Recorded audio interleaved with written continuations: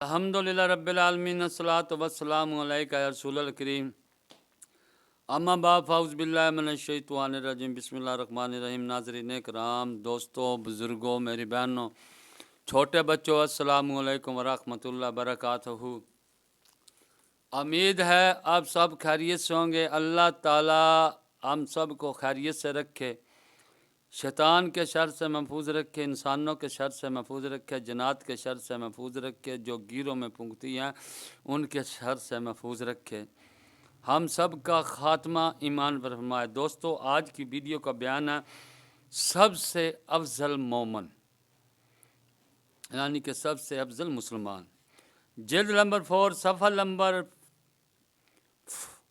44، حدیث نمبر 1523، 1523، بخاری، مسلم، ابو داؤد۔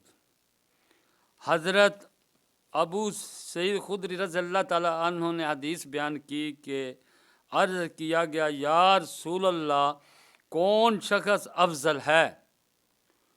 تو رسول اللہ صلی اللہ علیہ وآلہ وسلم نے فرمایا، وہ مومن جو اللہ کی راہ میں اپنی جان و مال کے ساتھ جہاد کرے۔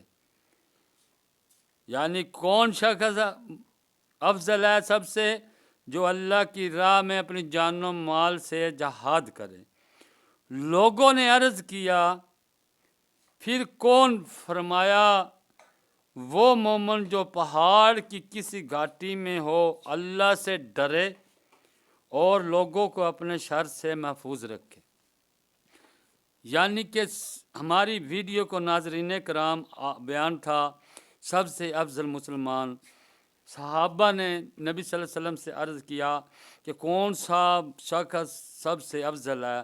تو رسول اللہ صلی اللہ علیہ وآلہ وسلم نے فرمایا، جو شخص اللہ کی راہ میں اپنی جان و مال سے جہاد کرے وہ سب سے افضل ہے۔ پھر لوگوں نے عرض کی، یا رسول اللہ صلی اللہ علیہ وآلہ وسلم، پھر کون سا شخص؟ نبی صلی اللہ علیہ وسلم نے فرمایا کہ کسی پہاڑ کی گھاٹی میں بندہ چلا جائے اور اللہ سے ڈرنے والا ہو، وہاں اس اللہ کی عبادت کرے اور اپنے لوگوں کو اپنے شر سے محفوظ رکھے، یعنی کہ اپنے جو دکھ دیتا ہے اپنا شر اس کو تو اس سے محفوظ رکھے، وہ افضل ہے۔ السلام علیکم ورحمۃ اللہ وبرکاتہ۔